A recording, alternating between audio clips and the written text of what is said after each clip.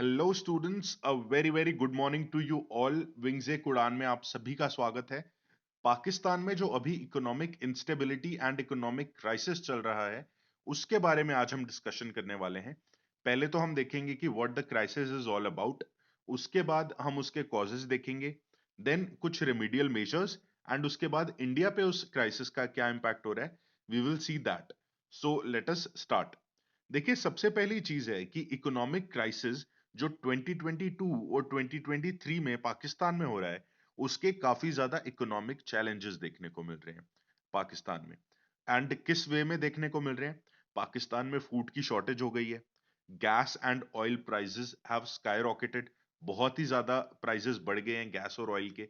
Foreign exchange reserves deplete हो चुके हैं पाकिस्तान के, एंड करेंसी भी उनकी बहुत ज्यादा डिप्रिशिएट हो चुकी है। सो ये सारी चीजें मिला के पाकिस्तान का economic crisis it makes. Okay, देखिए, अब जैसे इसमें आई हैव रिटन कि food, gas and oil prices have risen Pakistan में, एंड इसका एक मेजर कॉज है Russia's war in Ukraine. Because Russia ने जो यूक्रेन के ऊपर वॉर किया है, उससे काफी पाइपलाइंस बंद हो गई हैं ऑयल की, एंड काफी एग्रीमेंट्स में प्रॉब्लम आई है। सो उस वे में रशिया का जो वॉर है यूक्रेन में, that has impacted Pakistan a lot. तो इन्फ्लेशन बहुत ज्यादा हाई हो गई है पाकिस्तान में, ये भी मैंने आपको बताया। अब मई 2022 में व्हाट हैपेंड कि गवर्नमेंट ने जो कैप था फ्यूल प्राइसेस में, उसको लिफ्ट कर दिया। ठीक है, बिकॉज आईएमएफ का लोन चाहिए था, एंड आईएमएफ की कुछ कंडीशंस थी पाकिस्तान को लेकर। तो उस कंडीशंस के तहत पाकिस्तान ने फ्यूल प्राइसेस में अपना जो कैप रखा था वो लिफ्ट कर दिया। तो इससे हुआ क्या? इलेक्ट्रिसिटी प्राइसेस बहुत हाई हो गए। देन उसके बाद टैक्स कलेक्शन इंक्रीज करने के लिए अब इलेक्ट्रिसिटी प्राइसेस उन्होंने कर दिए। अब इसमें बजट कट्स भी होने लगे, दैट इज बजट कम करने लगे वो इलेक्ट्रिसिटी के लिए। तो ये सारी चीजें हो रही थी। Okay, now moving on to the next slide. ठीक है, देखिए, अब एक एग्जाम्पल के थ्रू मैं आपको समझाता हूं कि the severity of economic crisis in Pakistan, कि कितना सेवेर है ये इकोनॉमिक क्राइसिस। तो पाकिस्तान के जो एक मिनिस्टर हैं, फेडरल मिनिस्टर, उन्होंने एक स्टेटमेंट दी कि पाकिस्तानीज को अपनी टी कंजम्पशन रिड्यूस करनी चाहिए। दैट इज, वो जितनी चाय पीते हैं दिन में, उसको एक दो कप कर लें, कि एक दो कप से ज्यादा चाय ना पिए। एंड उन्होंने ये क्यों बोला? क्योंकि पाकिस्तान के पास इतना फॉरेन रिजर्व्स ही नहीं है कि वो टी को इंपोर्ट कर पाए। बिकॉज मोस्टली पाकिस्तान में टी इंपोर्ट होती है। देखिए, इधर लिखा है मैंने कि around $640 million worth of tea was imported by Pakistan in 2020। So Pakistan tea import करता है। अब पाकिस्तान के पास इतने पैसे ही नहीं है कि वो ज्यादा टी इंपोर्ट कर सके। सो इसीलिए उनके जो फेडरल मिनिस्टर हैं, उन्होंने बोला कि पाकिस्तानी अपनी टी कंजम्पशन रिड्यूस कर दें, ताकि हमारे ऊपर बर्डन इतना ज्यादा ना पड़े। So that is the severity of economic crisis in Pakistan. Okay, अब ये तो है। अब एक और कुछ फैक्ट्स देख लेते हैं कि what is the foreign exchange reserve in Pakistan, and ये सब चीजें। सो फॉरेक्स रिजर्व क्या होता है? दैट इज आपके पास जो फॉरेन एक्सचेंज करेंसी के रिजर्व्स पड़े होते हैं सेंट्रल बैंक के पास। ओके, एंड ये ऑल टाइम लो 3.1 बिलियन डॉलर्स पे चल गया। अब ये मैं आपको एग्जांपल के थ्रू समझाता हूं दैट इंडिया का जो फॉरेन एक्सचेंज रिजर्व है, वो 500 to 600 बिलियन डॉलर रहता है। ठीक है, 500 to 600 बिलियन डॉलर इंडिया का फॉरेन एक्सचेंज रिजर्व रहता है।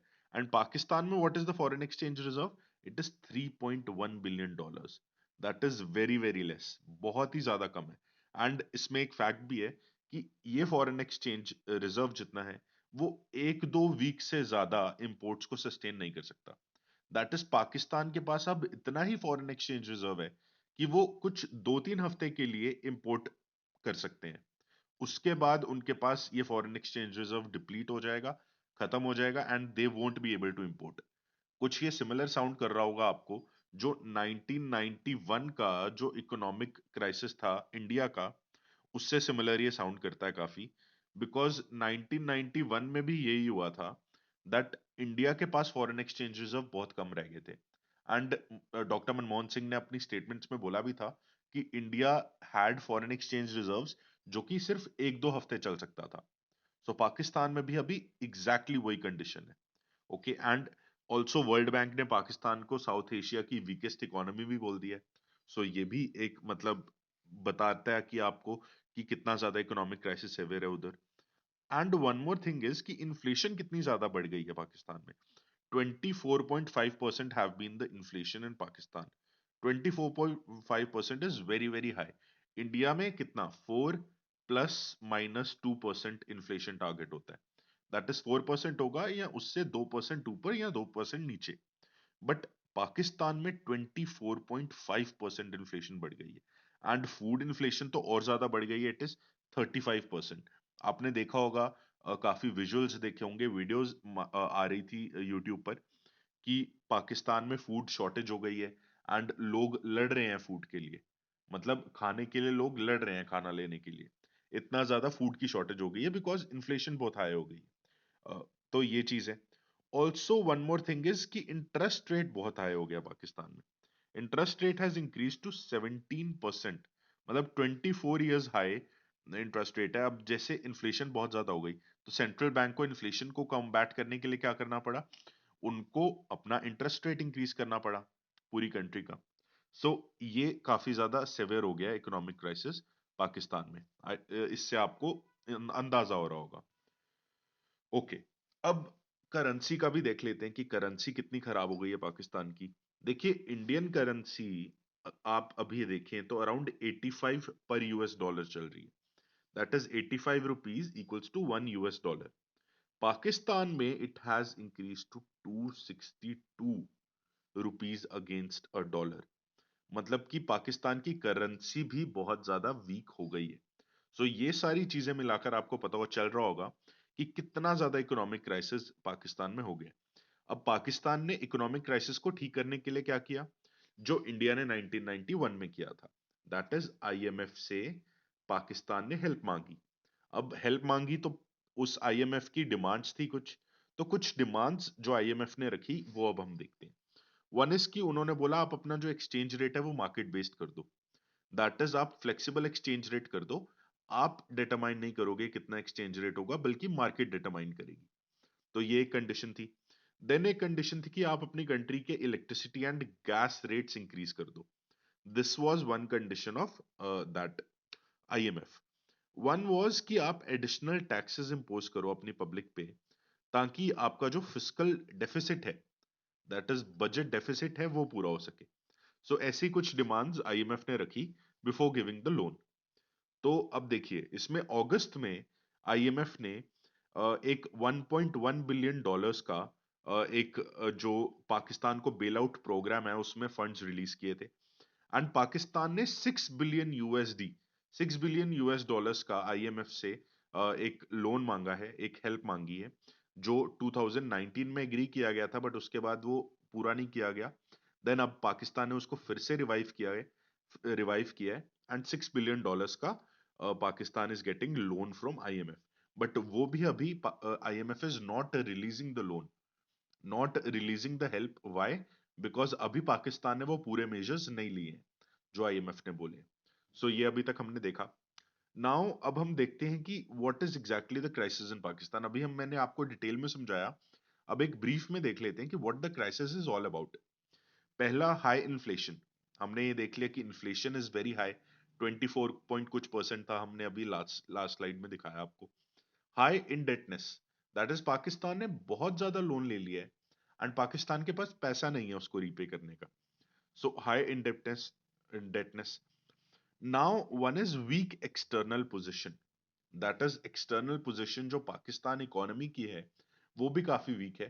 कंट्रीज पाकिस्तान को लोन नहीं देना चाहती because of weak financial metrics of Pakistan. तो एक्सटर्नल पोजिशन काफी वीक है। फॉरेन एक्सचेंज क्रंच है पाकिस्तान में, फॉरेक्स क्रंच है। वो हमने देख लिया कि 3.1 बिलियन यूएसडी है पाकिस्तान में बस foreign exchange reserves. And food crisis and inflation, मतलब फूड के प्राइसेस बहुत ज्यादा बढ़ गए एंड इन्फ्लेशन भी बहुत ज्यादा बढ़ गई। And terrorism is also in rise. अब ये सारी जब चीजें हो रही हैं तो ऑब्वियसली लोगों के पास जॉब्स भी नहीं है। तो लोग क्या करेंगे, they will move towards unholy things और रॉन्ग थिंग्स, रॉन्ग डूइंग्स। इसकी वजह से टेररिज्म एक्टिविटीज भी पाकिस्तान में काफी बढ़ गई हैं। ओके, अब one more thing which I'd like to tell you is कि इसमें हमने देखा कि 6 बिलियन USD पाकिस्तान को हेल्प मिल रही है। अब 1991 में जब ये इंडिया में इकोनॉमिक क्राइसिस हुआ था, तो इंडिया को हेल्प मिली थी $7 बिलियन की। कितने?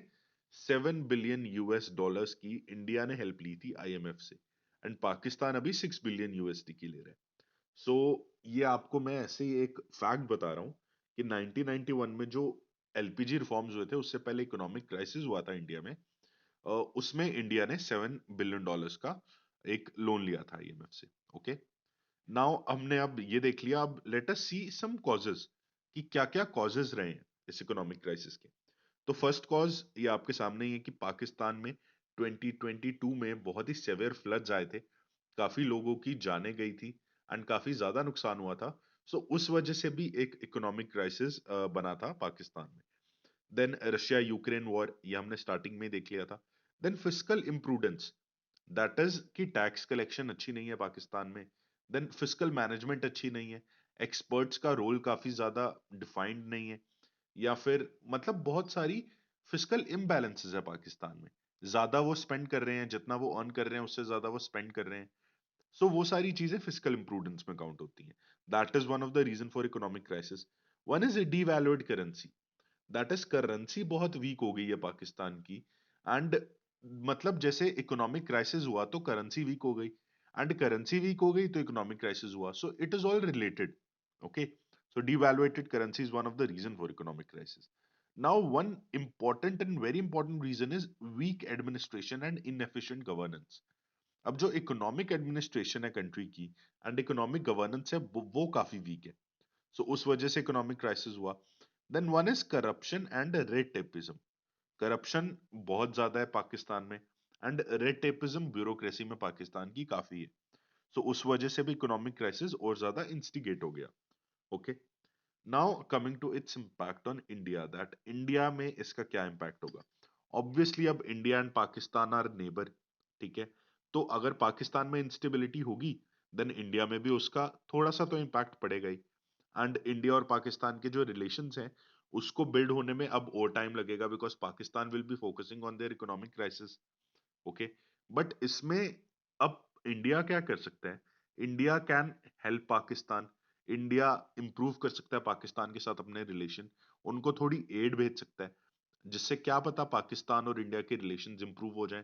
देन बॉर्डर में जो टेंशन्स हैं वो भी ठीक हो जाएं। बट एक चीज है कि पाकिस्तान का चाइना चाइना का जो इन्फ्लुएंस है पाकिस्तान में, वो इससे काफी इंक्रीज हो जाएगा, ये जो इकोनॉमिक क्राइसिस है। Because Pakistan will want loans, and loans उनको सबसे इजीली कौन देता है? Chinese government. So it will increase the Chinese influence in Pakistan. Chinese influence काफी बढ़ गया, तो इससे क्या हो जाएगा? इंडिया की बॉर्डर सिक्योरिटी इंपैक्ट हो जाएगी, बिकॉज इंडिया का ऑलरेडी चाइना के साथ तो इश्यू चल ही रहा है, बट पाकिस्तान में भी China's influence is increasing. So India का दोनों तरफ से, दोनों एंड से कॉन्फ्रंटेशन चालू है। सो ये इंडिया पे काफी सिवियर इंपैक्ट कर सकता है पाकिस्तान का economic crisis. Okay, now coming to the question of the day, how much loan was provided by the World Bank and IMF during the 90s to bail India out of the crisis? जो 1991 में India में crisis आया था, उसमें world bank और IMF से कितना loan लिया था इंडिया ने? $10 million, $10 billion, $7 billion या $20 billion? सो ये मैंने आपको बीच में ही स्लाइड के बताया था, पीछे थोड़ी देर पहले। तो ये आपकी कंसंट्रेशन का चेक है कि आप कितने ध्यान से इस वीडियो को सुन रहे थे। तो अगर आपने ध्यान से वीडियो सुनी होगी, then you will know the answer. तो ये आंसर आप कमेंट सेक्शन में दीजिए, एंड राइट आंसर भी आपको कमेंट सेक्शन में मिल जाएगा। So thank you for watching this video. ऐसे ही हम करंट अफेयर्स के लिए के रिलेटेड, या फिर अभी जो पूरे वर्ल्ड में कुछ इंपॉर्टेंट चीजें चल रही हैं उसके रिलेटेड आपके लिए वीडियोस लाते रहेंगे। सो बी इन टच, एंड और कोर्सेज जो विंग्स एक उड़ान के हैं वो आप डिस्क्रिप्शन लिंक में देख सकते हैं। So thank you very much for watching this video. Have a very very nice and great day. Thank you.